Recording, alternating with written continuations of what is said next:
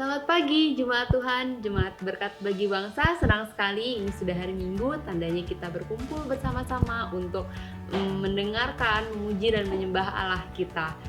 Oke, karena hari ini kita nggak live, jadi untuk yang mau request doa, ada yang mau dibantu dukungan doa, atau mungkin mau kesaksian soal pekerjaan Tuhan yang ajaib, silahkan diisi link yang ada di layar ini. Nanti mudah-mudahan minggu depan kita bisa live, jadi kita bisa bacakan dan bisa doakan bareng-bareng. Oke, tanpa berlama-lama lagi, mari kita persiapkan hati kita. Kita mau mulai untuk memuji dan menyembah Tuhan Allah kita.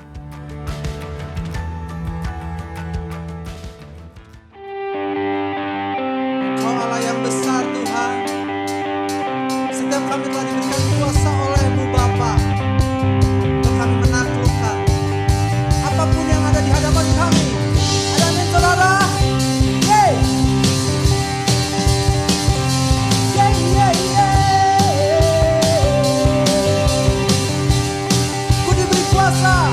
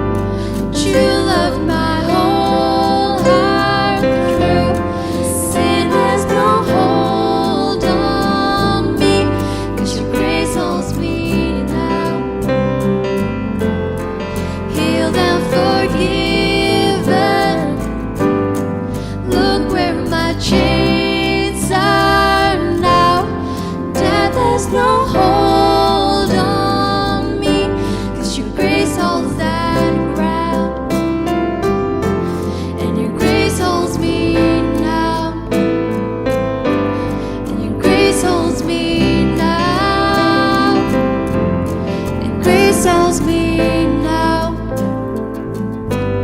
Your grace holds me now. Here I stand, high and surrender. I need you now. Hold my hand now and forever. My soul cries out. So here I stand, high and surrender. I need you now.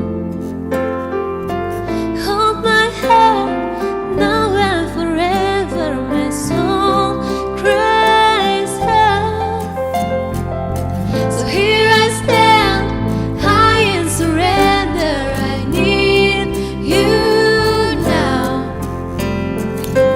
Hold my heart now and forever. My soul cries out. Once I was broken, but you loved my whole heart through. Sin has no hold on me, 'cause your grace holds me now. Healed and forgiven. Look where my chains are now. Death has no hold on me, 'cause your grace holds that ground. Your grace holds me now. Your grace holds me now. Your grace holds me now. Your grace holds me now.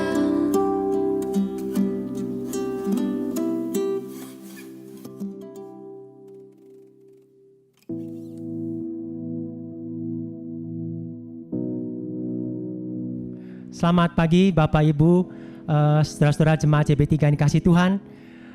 Saya bersyukur kita pagi hari ini masih bisa berkumpul bersama, walaupun kita masih ibadah online. Terima kasih untuk semua yang menyempatkan diri untuk hadir, untuk bergabung di dalam kebaktian kita pada pagi hari ini. Tadi kita sudah menikmati hadirat Tuhan, dan pagi hari ini kita mau mendengar firman Tuhan. Kalau Bapak Ibu Saudara melihat judul di belakang saya, itu What Are We? Kita itu apa? Nah, sebelum kita belajar firman Tuhan pada pagi hari ini, saya ingin membuka satu cerita ya buat kita semua, Bapak Ibu Saudara. Beberapa minggu ini kami keluarga itu sedang melihat-lihat foto-foto lama ya. Ada foto anak-anak kami yang masih kecil, kemudian juga ada foto mereka saat mereka ada di dalam kandungan. Ada foto ultrascan seperti itu. Dan itu sangat berkesan sekali buat saya dan buat istri saya. Tapi hal yang menarik adalah saat saya tanya kepada anak-anak saya apakah mereka ingat momen-momen yang ada di foto itu, banyak kali mereka mengatakan mereka tidak tahu. Apalagi saat mereka 9,5 bulan di dalam perut kandungan mamahnya. Poinnya apa yang saya mau sampaikan di sini? Ternyata apa yang kita tidak ingat, apa yang kita tidak mungkin rasakan, apa yang kita tidak ketahui, itu belum tentu tidak ada, saudara. Ya, saya ulangi sekali lagi, bahwa pada waktu saya menunjukkan foto-foto anak saya, bahkan mereka umur 1 tahun, 2 tahun, 3 tahun, itu sangat diingat oleh kami, tapi anak-anak kami tidak mengingat sama sekali. Dari situ saya mendapatkan satu kesimpulan bahwa apa yang kita tidak tahu, apa yang kita tidak ingat, apa yang kita tidak bisa rasakan, itu belum tentu tidak ada. Ya, nah pagi hari ini kita mau belajar kita itu apa sih sebetulnya? Ya, apakah ini sekedar sesuatu yang hanya sekedar kita rasakan saja, sesuatu yang hanya sekedar kita bisa lihat saja, bahwa itu ada, bahwa itu betul-betul ada saat kita itu melihat dan merasakan itu semua. Nah, sebelum kita mulai, saya mau mengajak Bapak Ibu Saudara kita berdoa bersama. Kita siapkan hati kita mau mendengar firman Tuhan, kita mau membuka hati kita. Saya percaya bahwa ini satu firman Tuhan yang akan menguatkan kita semua pada pagi hari ini. Mari kita berdoa. Bapa, kami bersyukur dan terima kasih untuk pagi hari ini, untuk Engkau yang telah mengumpulkan kami semua di tempat ini, untuk kami bisa mendengar kembali firman-Mu, untuk kami bisa kembali diingatkan sebetulnya siapa sih kami? Apa sih kami Tuhan? Karena kami tahu sebetulnya bahwa hidup ini bukan hidup yang hanya sekedar dapat kami lihat dengan mata jasmani kami. Bukan hanya sekedar apa yang dapat kami rasa dengan jiwa kami, dengan perasaan kami. Ada segala hal yang jauh lebih besar dari segala sesuatu yang bisa kami lihat, bisa kami dengar dengan telinga dan mata jasmani kami. Biar Engkau berbicara kepada kami pagi hari ini. Terima kasih ya Bapak, kami mengucap syukur untuk semua orang yang hadir. Biarlah Engkau sendiri Tuhan yang membuat kami semua bisa mendengar firman-Mu, dan hati kami semua terbuka untuk kebenaran firman-Mu. Di dalam nama Tuhan Yesus kami berdoa mengucap syukur. Kita buka sama-sama Bapak Ibu Saudara di Kejadian 2 ayat 7. Firman Tuhan ini berbicara tentang pertama kali bagaimana Tuhan menciptakan manusia. Firman Tuhan mengatakan, ketika itulah Tuhan Allah membentuk manusia itu dari debu tanah dan menghembuskan nafas hidup ke dalam hidungnya. Demikianlah manusia itu menjadi makhluk yang hidup. Manusia, kita semua, itu adalah makhluk yang sebetulnya berbeda dengan makhluk-makhluk hidup yang lain yang ada di dunia ini. Kenapa? Kan ada satu bagian yang Tuhan lakukan kepada kita, bahwa Dia menghembuskan nafas hidup ke dalam hidung kita. Baru saat ada nafas hidup itu masuk ke dalam diri kita, kita hidup dan kita menjadi manusia. Manusia hidup itu karena ada nafas hidup saudara yang dihembuskan oleh Allah kepadanya. Ini saya sebut kenapa kita adalah disebut sebagai makhluk roh. Ya, makhluk roh. Kita itu bukan sekedar makhluk jasmani, makhluk jiwani, ya, tapi kita lebih daripada itu semua ada makhluk roh. Tanpa ada hembusan nafas yang Allah hembuskan kepada kita, kita tidak akan pernah menjadi makhluk hidup.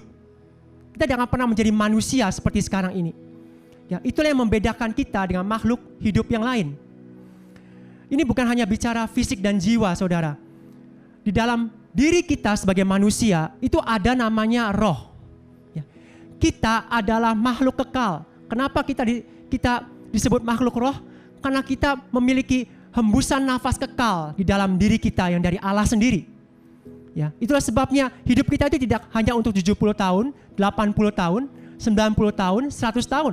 Tapi hidup kita itu adalah untuk perkara-perkara yang kekal, untuk selama-lamanya. Itu yang membedakan kita dengan hewan, dengan tumbuh-tumbuhan, dan dengan makhluk hidup yang lain. Saudara, yang kita hidupi setiap hari itu bukan hanya sekedar apa yang bisa kita lihat dengan mata jasmani kita, apa yang kita bisa dengar dengan telinga jasmani kita, apa yang kita bisa rasakan dengan jiwa kita, atau apa yang kita bisa pikirkan dengan pikiran kita, saudara. Ya. Tapi lebih daripada itu semua, ada hal-hal tersembunyi, ada hal-hal yang tidak dapat dilihat, tidak dapat didengar, bahkan dengan hal-hal jasmani. Itulah yang saya mau sampaikan pada pagi hari ini. Mungkin saudara berpikir, apa tujuannya untuk saya bisa tahu bahwa saya bukan hanya sekedar makhluk jasmani dan makhluk jiwani, tapi juga ada makhluk roh. Karena ini memegang kunci penting, saudara, di dalam kita menghadapi hidup kita setiap hari. Tanpa kita menyadari bahwa kita adalah makhluk roh, kita akan menyelesaikan, kita akan menghadapi banyak sekali tantangan dalam hidup kita dengan cara yang salah. Kita akan merespon segala sesuatu yang terjadi di sekeliling kita, apalagi tantangan, masalah, pergumulan, himpitan, semua penuduhan, kelemahan, kegagalan. Kita akan merespon dengan cara yang salah kalau kita tidak menyadari bahwa sebetulnya kita adalah makhluk roh. Dunia itu selalu mengajak kita, mendorong kita untuk melihat dan merespon sesuatu yang hanya terlihat atau terdengar secara jasmani, atau bahkan yang kita bisa rasakan dengan jiwa kita. Ya, hal-hal di dunia ini itu mengajak kita untuk hanya melihat perkara fisik dan perkara jiwa, saudara. Padahal roh itu yang memberi hidup yang sesungguhnya. Kalau saudara lihat di Yohanes 6 ayat 63 dikatakan, rohlah yang memberi hidup, daging sama sekali tidak berguna. Perkataan-perkataan yang ku katakan kepadamu, kata Tuhan Yesus, ada roh dan hidup. Ya. Betul, Tuhan Yesus mengatakan sesuatu yang bisa didengar oleh kita sebagai manusia secara jasmani. Tetapi ya, Tuhan Yesus mengatakannya itu dengan satu kekuatan roh, saudara. Bahwa dia tahu bahwa di balik semua apa yang dia katakan, di balik semua apa yang dia sampaikan, ada kuasa roh, ada pekerjaan roh di dalamnya. Saudara, karena kita setiap hari terbiasa merespon, melihat, ya, dan berhubungan dengan hal-hal yang sifatnya fisik dan jiwa, sehingga kita lupa bahwa sebetulnya ada perkara yang jauh lebih besar, jauh lebih utama, jauh lebih penting, saudara, jauh lebih menentukan, ya, keadaan diri kita sebagai manusia, yaitu namanya roh. Saya ambil satu ilustrasi sebentar ya, saudara ya.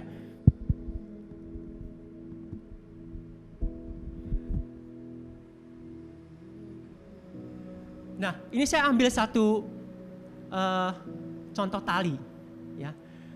Hidup kita itu kita bisa bayangkan mungkin seperti tali ini. Kita bisa bayangkan 70 tahun, 80 tahun, atau 90 tahun.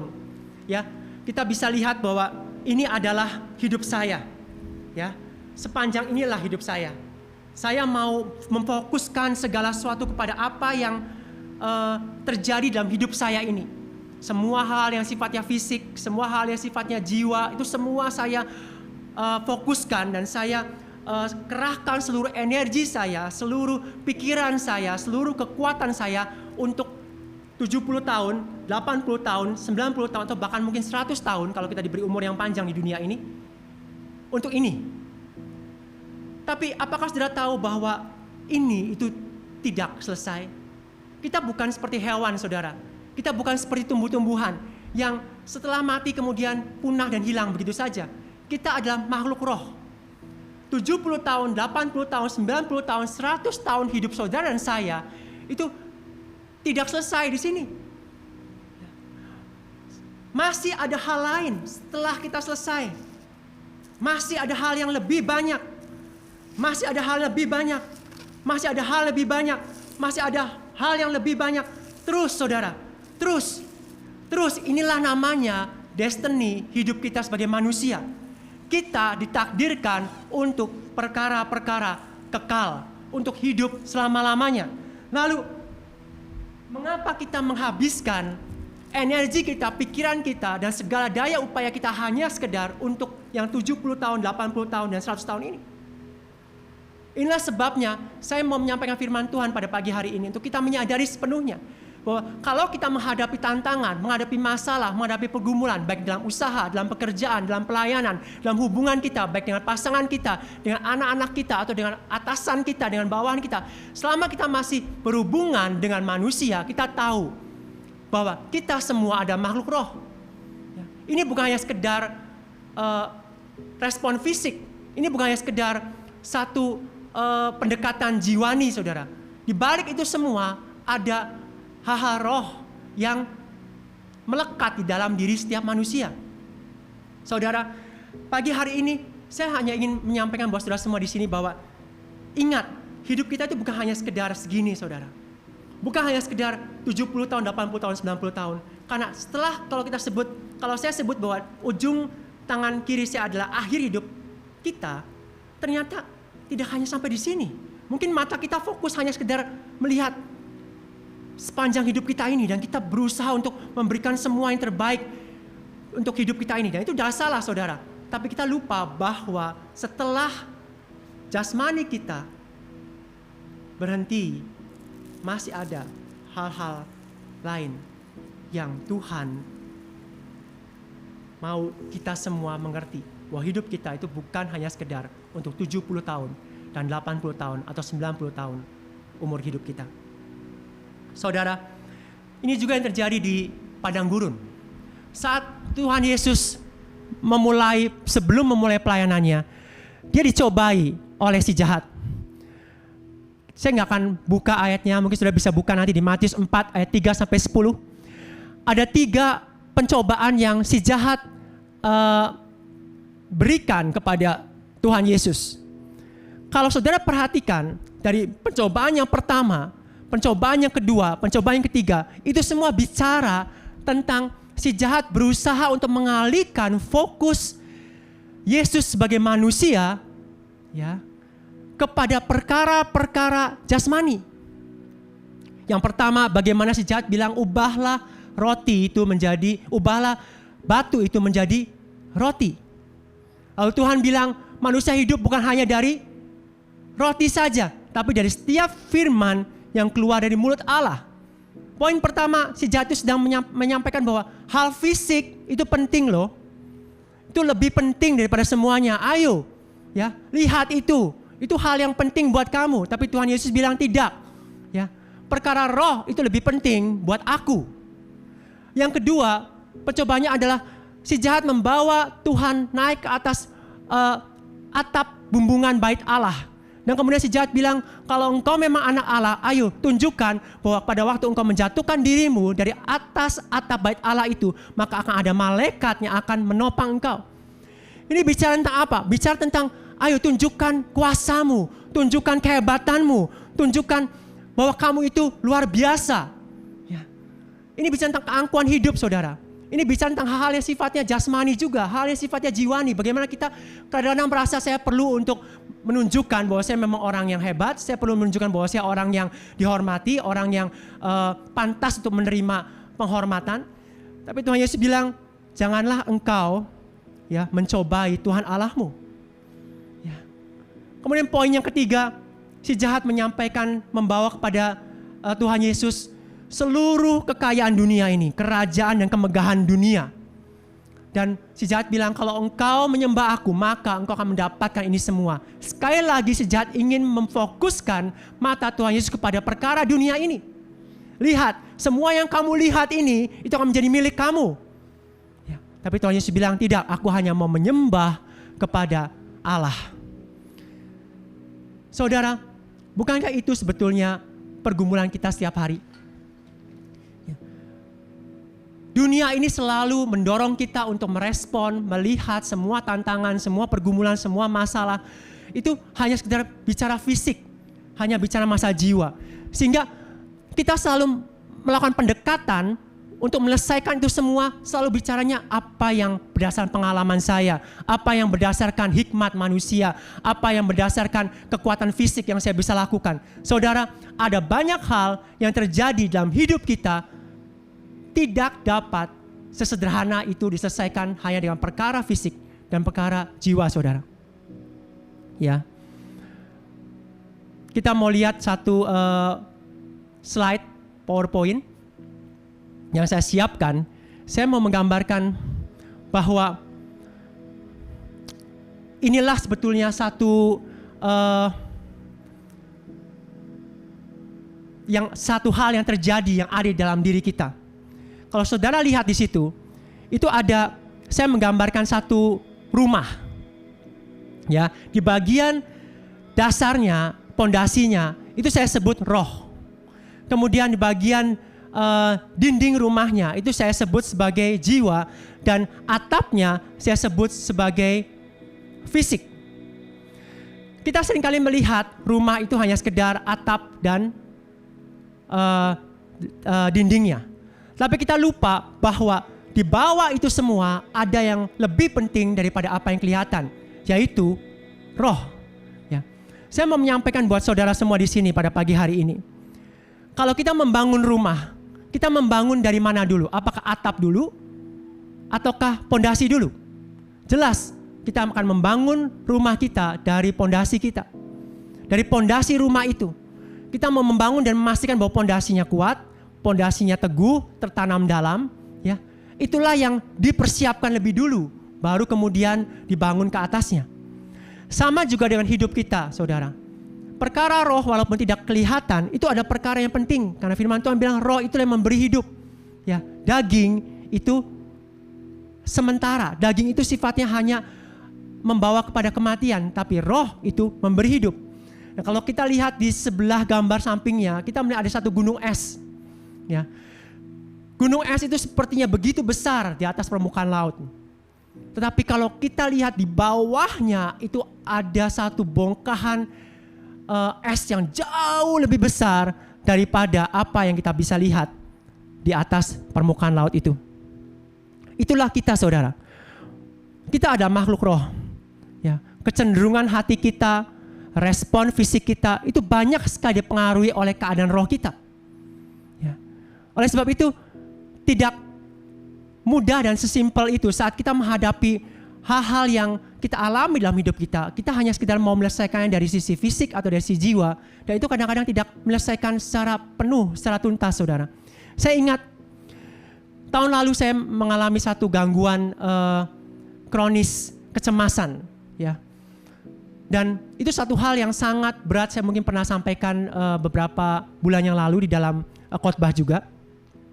Singkatnya, saya selalu berada dalam kondisi cemas, takut, khawatir dengan banyak hal yang sebetulnya setelah saya pikirkan hari ini itu sesuatu yang sangat konyol, sesuatu yang sangat aneh. Kenapa saya harus cemas dan khawatir dengan hal seperti itu?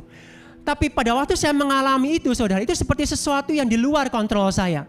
Sesuatu yang membuat saya overwhelmed, sesuatu yang membuat saya tidak lagi bisa menolaknya dan melawannya, saudara. Saya begitu lemah sehingga semua yang terjadi sekeliling saya itu membuat saya khawatir, takut, gelisah, cemas.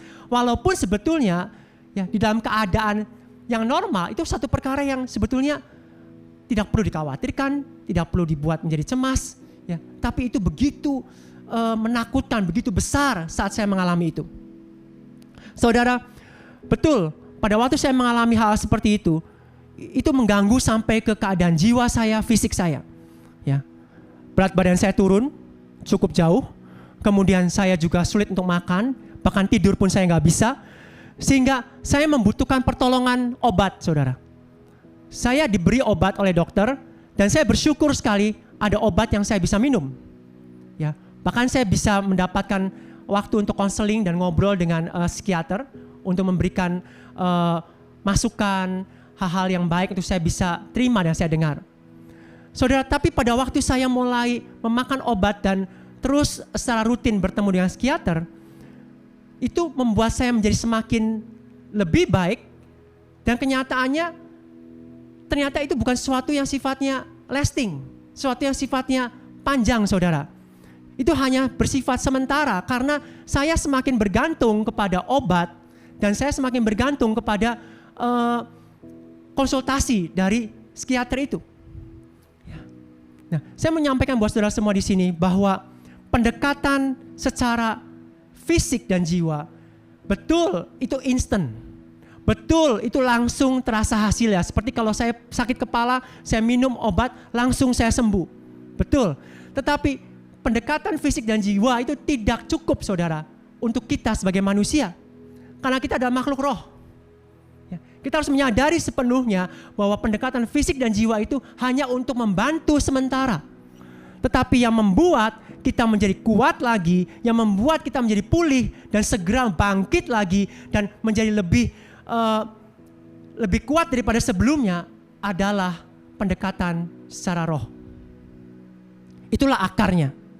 Ya, saya bersyukur pada Tuhan bahwa di masa-masa itu saya menyadari bahwa obat dan konseling itu tidak cukup. Saya perlu untuk mulai membangun manusia roh saya. Saya ingat sekali masa-masa paling berat itu adalah pada waktu sore hari mau masuk ke malam hari. Saat matahari itu sudah mulai petang dan dari terang menjadi gelap. Itu masa yang begitu mencekam buat saya. Ya. Dan saya ingat sekali bahkan pada waktu saya sudah minum obat dan saya sudah konseling dengan psikiater, masa-masa jam-jam itu, jam 4, jam 5, jam 6, jam 7 itu masa-masa yang begitu berat menekan saya. Dan yang saya lakukan hari itu adalah, saya ingat sekali, saya mulai membangun manusia roh saya. Saya mengambil waktu bisa 1 jam, bisa 2 jam, bahkan bisa sambil bersepeda di rumah. Berbahasa roh, saudara. Ya. Berdoa dalam roh. Terus. Dan itu yang saya lakukan hampir terus setiap hari, saudara. Ya, karena saya tahu persis bahwa tidak cukup dengan obat yang saya makan dan tidak cukup dengan konseling yang saya lakukan. Ada sesuatu yang dari dalam yang perlu untuk bangkit. Ya. Obat itu hanya sekedar menambal, saudara. Menolong, betul. Tapi sifatnya sementara. Tetapi pekerjaan roh itu sifatnya lebih kekal. Dan walaupun itu tidak langsung instan, tapi itu akan membuat kita kuat dari dalam. Saudara, firman Tuhan katakan di Roma 8 ayat 26 sampai 28 dikatakan, demikian juga roh membantu kita dalam kelemahan kita. Sebab kita tidak tahu bagaimana sebenarnya harus berdoa. Tapi Roh sendiri berdoa untuk kita kepada Allah dengan keluhan-keluhan yang tidak terucapkan. Dan Allah yang melidiki hati nurani mengetahui maksud Roh itu, yaitu bahwa Ia sesuai dengan kehendak Allah berdoa untuk orang-orang kudus. Kita tahu sekarang bahwa Allah turut bekerja dalam segala sesuatu untuk mendatangkan kebaikan bagi mereka yang mengasihi Dia, yaitu bagi mereka yang terpanggil sesuai dengan rencana Allah. Saudara, kalau kita lihat ayat ini, kita seringkali mengutip Roma 8 ayat 28-nya saja. Kita tahu sekarang bahwa Allah turut bekerja dalam segala sesuatu untuk mendatangkan kebaikan bagi mereka yang mengasihi Dia, yaitu bagi mereka yang terpanggil sesuai dengan rencana Allah. Tapi di ayat sebelumnya itu ada yang Paulus sampaikan, bahwa ada pekerjaan Roh Kudus dalam diri kita, bahwa Roh Kudus membantu kita di dalam kelemahan kita.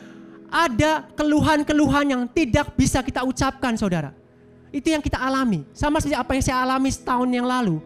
Saya nggak mengerti kenapa itu bisa terjadi. Kalaupun saya mau berdoa, saya nggak tahu apa yang harus saya doakan. Ya ada tekanan, rasa sedih, rasa frustasi, rasa putus asa, saudara. Sampai saya sepertinya mau marah, sepertinya saya mau nangis. Itu semua bercampur menjadi satu. Itu namanya keluhan-keluhan yang tidak terucapkan. Ya, saudara, kalau saudara pernah mengalami masa-masa seperti itu, saya percaya kita semua pernah mengalami masa-masa di mana kita begitu tertekan dengan suatu hal yang terjadi dalam hidup kita. Bisa masalah di pekerjaan, bisa masalah di usaha kita, bisa juga masalah dengan masalah tentang hubungan dengan orang-orang yang kita kasihi, dengan orang tua kita, mungkin dengan anak-anak kita. Kita menjadi frustrasi, kita menjadi begitu marah, kita menjadi begitu lelah. Kita berusaha dengan kekuatan kita berusaha untuk menyampaikan sesuatu, kita berusaha untuk melakukan sesuatu, sepertinya semua itu tidak berhasil. Saudara, yang ada adalah satu kemarahan dan satu rasa frustrasi di dalam diri kita. Itulah disebut dengan keluhan yang tidak terucapkan. Saudara, kita perlu secara fisik itu mengekspresikan keluhan-keluhan itu. Tapi kadang-kadang kita nggak tahu apa yang perlu kita ekspresikan, kecuali kita berteriak, kita menangis, kita marah, mungkin kita pukul sesuatu karena begitu frustrasinya kita. Tapi saudara, sebelum itu semua kita lakukan, kita harus ingat bahwa ada hal yang luar biasa yang Tuhan lakukan di dalam diri kita pada waktu kita percaya pada Yesus dan kita menerima Roh Kudus. Di dalam diri kita ada Roh Kudus, dan firman Tuhan mengatakan di sini bahwa Roh Kudus di dalam diri kita itu berdoa dan membantu kita di dalam kelemahan kita. Itulah sebabnya kita perlu untuk berdoa di dalam Roh Kudus. Bagi saudara di sini yang sudah dipenuhi oleh Roh Kudus dengan karunia bahasa roh, bahasa lidah, pakai itu, saudara. Ya, karena ada masa di mana kita betul-betul begitu tertekan, begitu sedih, sampai kita tidak bisa lagi menyampaikan apapun dari mulut kita dengan bahasa manusia, sehingga yang keluar adalah doa yang keluar dari keluhan hati kita. Dan itulah gunanya berdoa di dalam Roh Kudus. Itu yang saya alami. Saudara, ini bukan tentang bicara, bahasa roh itu hanya ada di karismatik, bahasa roh itu hanya ada di aliran gereja tertentu. Tapi saya mau menyampaikan bahwa ini pengalaman pribadi saya. Saat ketakutan datang, saat rasa sedih yang tidak tahu sebabnya apa datang, saat depresi itu datang dalam hidup saya hanya mau menangis, saya hanya mau seperti teriak. Tapi itu pun tidak bisa menyelesaikan sesuatu. Lalu kemudian saya hanya mulai dengan berdoa dalam bahasa roh. Hurala pasyanta karalama, kiarala pasyanta karalapa, gurala pasyanta, kiarala kauralama singki karalapa, hurala pakara pasente karalamo korolo pasyanta kara, kiarala pakaralapa. Sampai pada waktu saya berdoa seperti itu, saudara, saya itu bisa menangis, saya itu bisa berteriak, saya itu bisa berseru, tapi dengan bahasa yang mungkin saya nggak bisa mengerti. Tapi saya mengalami, saudara, saat saya berdoa di dalam bahasa roh, ya, ada sesuatu yang terangkat di dalam diri saya. Mata saya bisa terbuka melihat bahwa ada Tuhan yang bersama dengan saya. Saudara, firman Tuhan katakan daging kita lemah, tapi roh itu penurut. Daging kita itu begitu lemah sampai daging kita tidak bisa selalu melihat dan merasakan bahwa Tuhan itu ada dan berdaulat dalam hidup saudara dan saya. Daging kita itu begitu lemah sampai kita tidak bisa selalu merasakan bahwa Dia itu mengasihi kita. Daging kita itu begitu lemah sampai kita tidak bisa terus merasakan bahwa dia itu tidak pernah meninggalkan kita, tidak pernah membiarkan kita, saudara. Itulah sebabnya kita perlu membangun manusia roh kita. Karena pada waktu kita berdoa di dalam roh, roh kita itu bangkit dan mata rohani kita bisa melihat kembali bahwa Tuhan masih berdaulat dan dia masih memegang kendali atas segala sesuatu, dan dia masih tidak pernah meninggalkan saya, dan dia tidak pernah meninggalkan saudara, dan dia pernah membiarkan saudara, dan dia selalu ada di dalam setiap pergumulan dan tantangan dalam hidup saudara dan saya. Saudara, ya, itulah gunanya kenapa kita perlu membangun manusia roh kita. Yang mengkoneksikan kita dengan Allah adalah roh. Firman Tuhan katakan, sembahlah dia di dalam roh dan kebenaran. Kebenaran itu bicara mengenai Yesus. Akulah jalan, kebenaran dan hidup. Ya, kita tidak bisa menyembah Tuhan hanya sekedar secara fisik.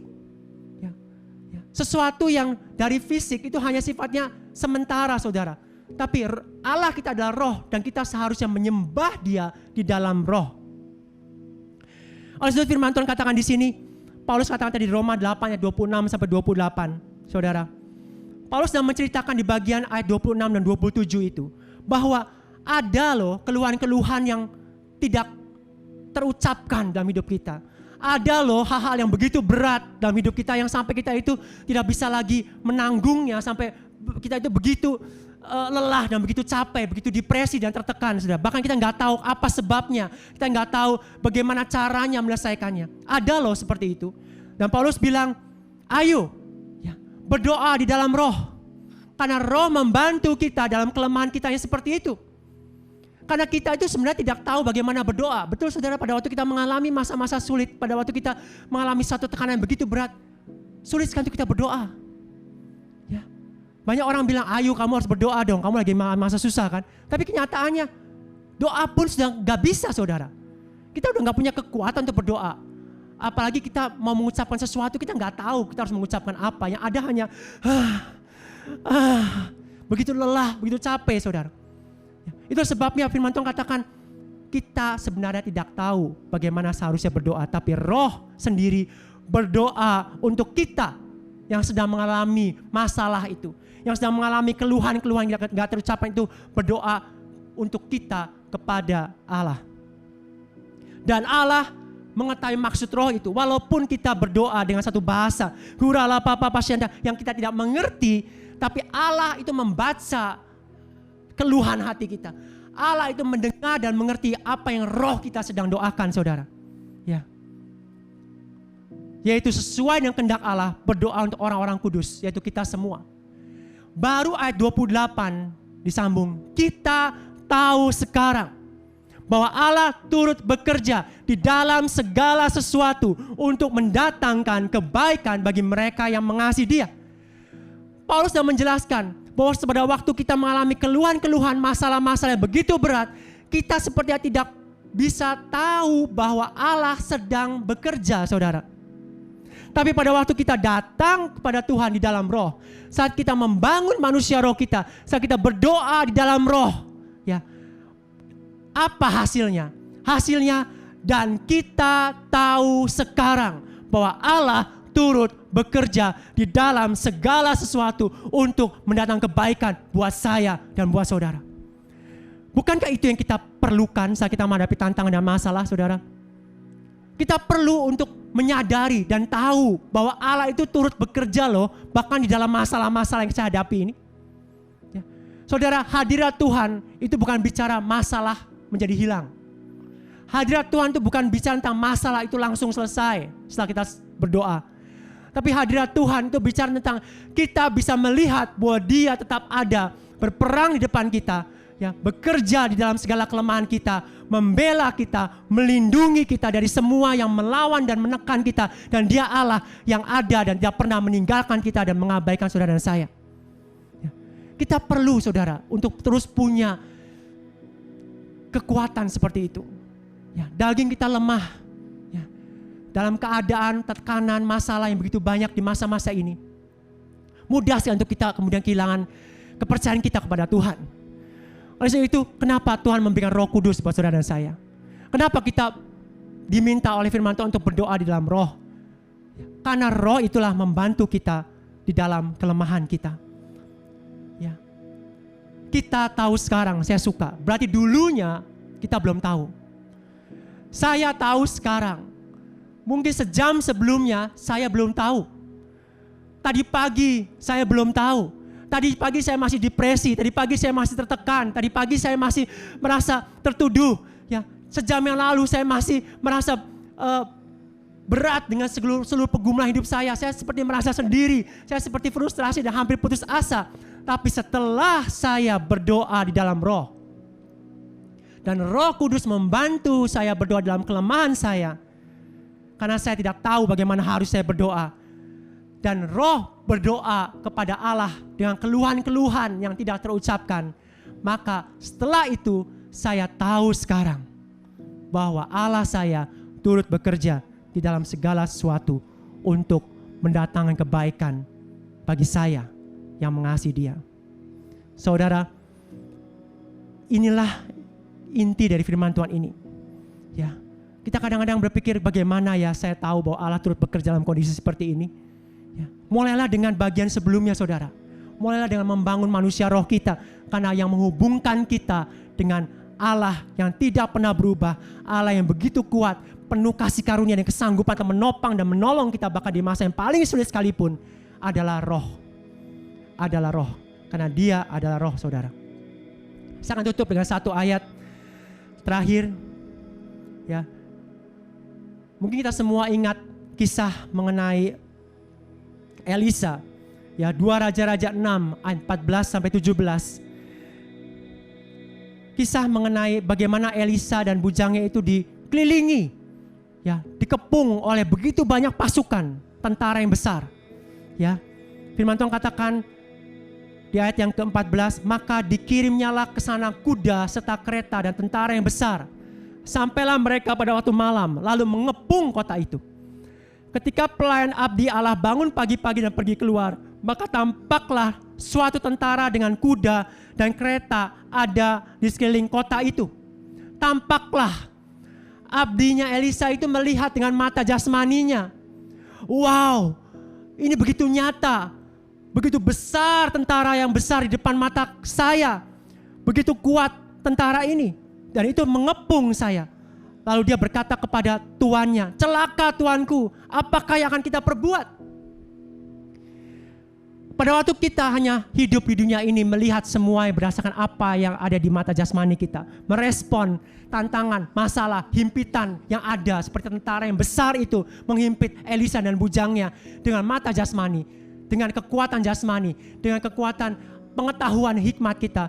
Tidak aneh, saudara, kita mudah menjadi kecut. Kita mudah menjadi tawar, kita mudah menjadi kecewa, kita mudah menjadi depresi, kita mudah menjadi patah semangat dan putus asa. Sama seperti abdi Allah ini, kita akan mati, celaka tuanku. Tapi jawab Elisa, jangan takut. Ayat 16, sebab lebih banyak yang menyertai kita daripada yang menyertai mereka. Pada waktu Elisa ngomong begitu, mungkin abdinya pikir, ini tuanku itu sedang ngomong apa ya? Yang menyertai kita mana? Bukankah cuman tuanku sama aku? Sedangkan tentara ini begitu besar, masa ini begitu banyak menghimpit kita. Mungkin bujang itu hanya melongo dan seperti bingung dan seperti tidak percaya di mukanya. Dan kemudian apa yang Elisa lakukan? Lalu berdoalah Elisa, ya Tuhan, bukalah kiranya matanya supaya ia melihat. Ada mata lain, saudara, yang Tuhan taruh dalam hidup saudara dan saya. Bukan cuma sekedar mata jasmani ini yang melihat semua berdasarkan apa yang kelihatan secara jasmani, tapi ada mata rohani, mata lain yang Tuhan mau terus terbuka dalam hidup kita, ya, supaya ia melihat. Maka Tuhan membuka mata yang satunya itu mata rohani bujang itu, sehingga ia bisa melihat. Tampaklah gunung itu penuh dengan kuda dan kereta berapi di sekeliling Elisa. Saudara, kalau saudara membayangkan kota itu dikelilingi oleh gunung, dan kota itu dikelilingi oleh pasukan yang besar secara jasmani, itu begitu menakutkan. Tapi pada waktu mata rohaninya terbuka, di belakangnya gunung-gunung yang mengelilingi kota itu diisi penuh oleh tentara-tentara surga, ya, yang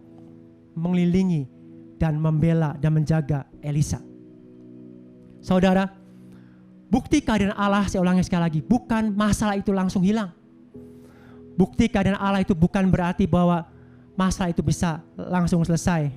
Tapi bukti kehadiran Allah adalah pada waktu kita di tengah-tengah himpitan, di tengah-tengah sesuatu yang menekan kita begitu banyak, di tengah banyak hal yang buruk, banyak hal yang baik yang mengelilingi kita, depan, belakang, kiri, kanan, semua. Dengan mata jasmani kita melihat, wow, semuanya begitu buruk, begitu menekan saya, sehingga saya tidak lagi bisa menanggungnya.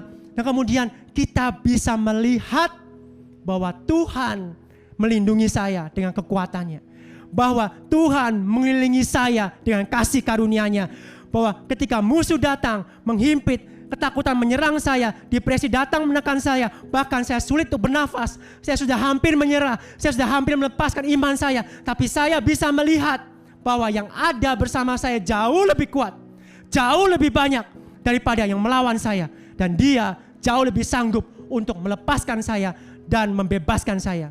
Dia yang ada di dalam saya lebih besar dari segala yang ada di dunia ini.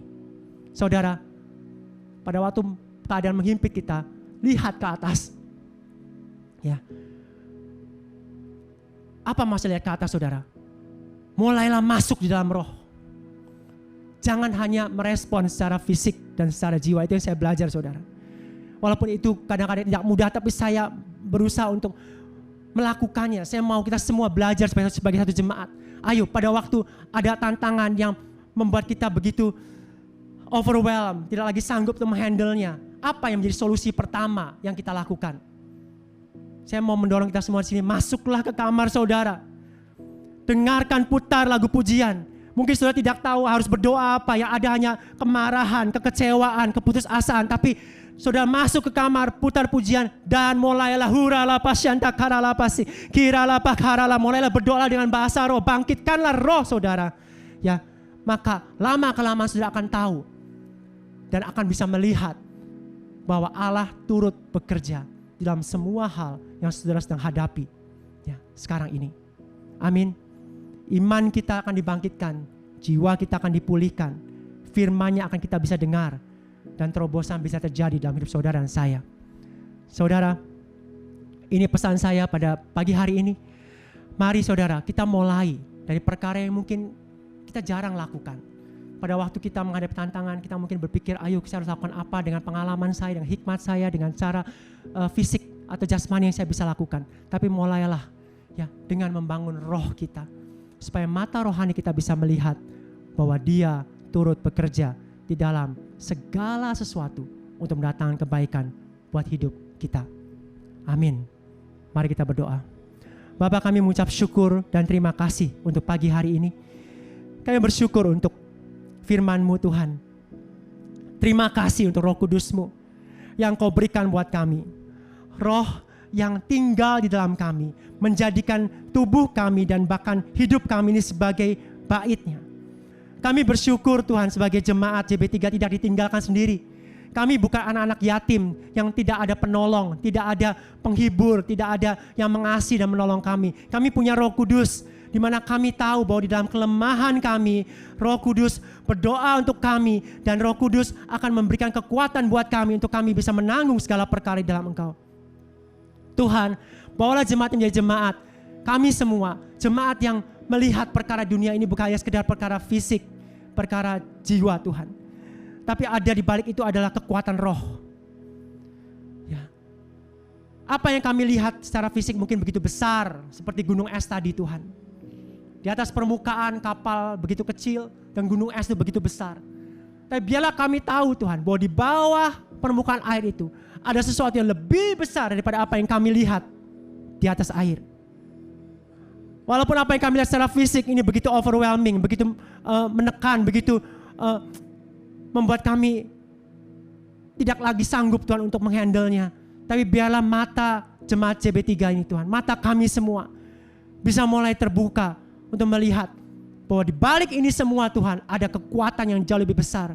Ada kuasa yang jauh lebih mampu, ada kasih karunia yang lebih kuat, ada kasih karunia yang sanggup untuk menolong dan mengejar kami bahkan di dalam kelemahan, di dalam himpitan, di dalam tempat yang gelap, di dalam jurang yang paling dalam sekalipun. Ada tangan yang sanggup untuk menarik kami keluar, yaitu Engkau Tuhan, Allah yang berdaulat atas hidup kami.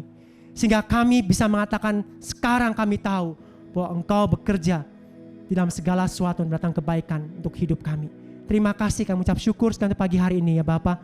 Biarlah jemaat ini boleh mulai membangun manusia roh mereka. Aku berdoa untuk setiap dari jemaatmu di sini yang sudah menerima Yesus sebagai Tuhan dalam hidup mereka, tapi mereka belum dipenuhi dengan bahasa roh Tuhan. Mereka belum menerima anugerah bahasa roh itu Tuhan. Aku berdoa biarlah Engkau yang menaruh dalam diri mereka sepanjang firman ini dibagikan, sepanjang ibadah pagi hari ini.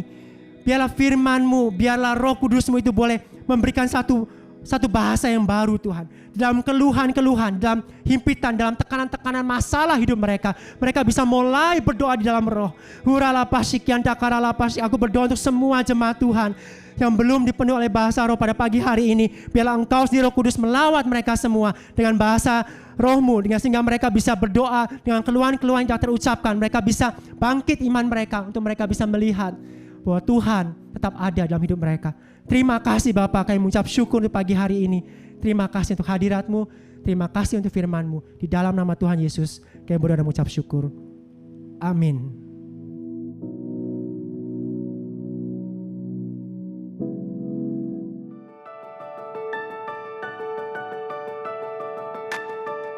Terima kasih Pak Yan yang sudah membagikan isi hatinya Tuhan untuk kita semua pagi ini. Jadi Bapak Ibu dan teman-teman semua sudah tahu ya, what are we sudah terjawab tadi lewat khotbahnya beliau. Nah, untuk Bapak Ibu teman-teman yang baru pertama kali menyaksikan ibadah online JB3, kami rindu sekali untuk bisa mengenal Bapak Ibu. Kalau misalnya memang belum punya gereja tempat Bapak Ibu tertanam, kami membuka tangan dengan lebar untuk menyambut Bapak Ibu semua. Saya mau minta tolong 5 menit saja untuk mengisi link yang ada di sini. Kami sungguh rindu bisa mengenal Bapak Ibu. You are very welcome to our home. Oke, sekarang kita mau masuk ke sesi selanjutnya. Kita mau memberi. Jadi di gereja kita seperti kita tahu kita ada pelayanan diakonia yang benar-benar secara langsung memberikan bantuan untuk keluarga dan jemaat kita yang memang sedang mengalami kesulitan. Jika Bapak Ibu teman-teman tergerak untuk memberi, untuk memblessing pelayanan diakonia ini, silakan scan QR code yang di layar atau bisa juga transfer melalui nomor rekening yang tertera. Kemudian yang kedua adalah untuk Bapak Ibu teman-teman yang mau memberikan perpuluhan, persembahan, janji iman, silahkan juga untuk mentransfer ke QR code yang ada di layar dan atau ke nomor rekening yang tertera di layar juga. Teman-teman, saya percaya Allah kita nggak perlu uang kita, Allah kita itu kaya. Kita memberi karena kita mau menyerahkan hak kita kepada Allah kita dan kita percaya kalau Allah kita yang berdaulat atas hidup kita. Amin. Baik, sambil Bapak Ibu teman-teman mentransfer, kita sambil saksikan video pengumuman untuk minggu ini.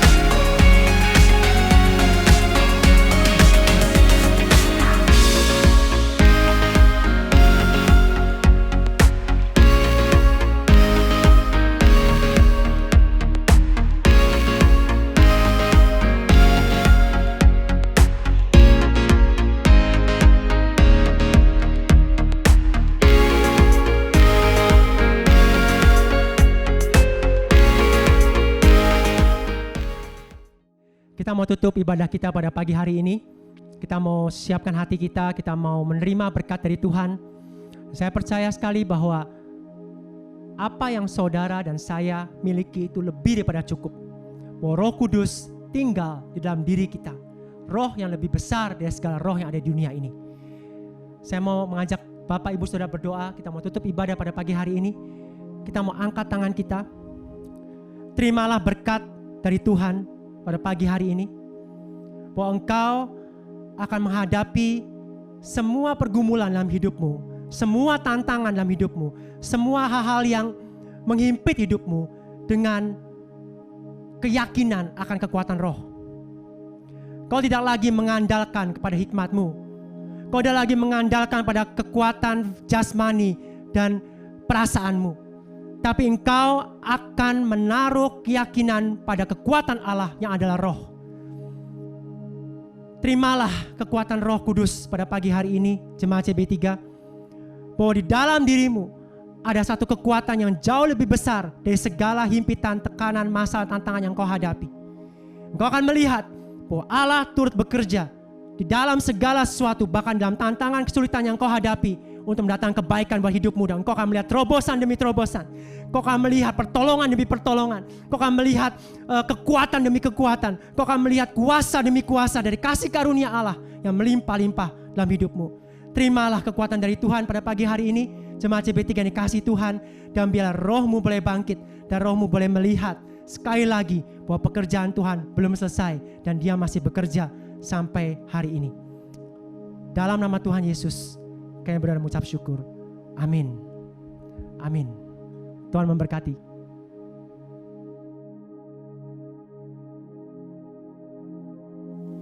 Tidak terasa nih, kita sudah ada di penghujung acara ibadah online kita hari Minggu ini. Untuk adik-adik, setelah ini ingat ya untuk langsung join ke MCM nanti jam 10.30.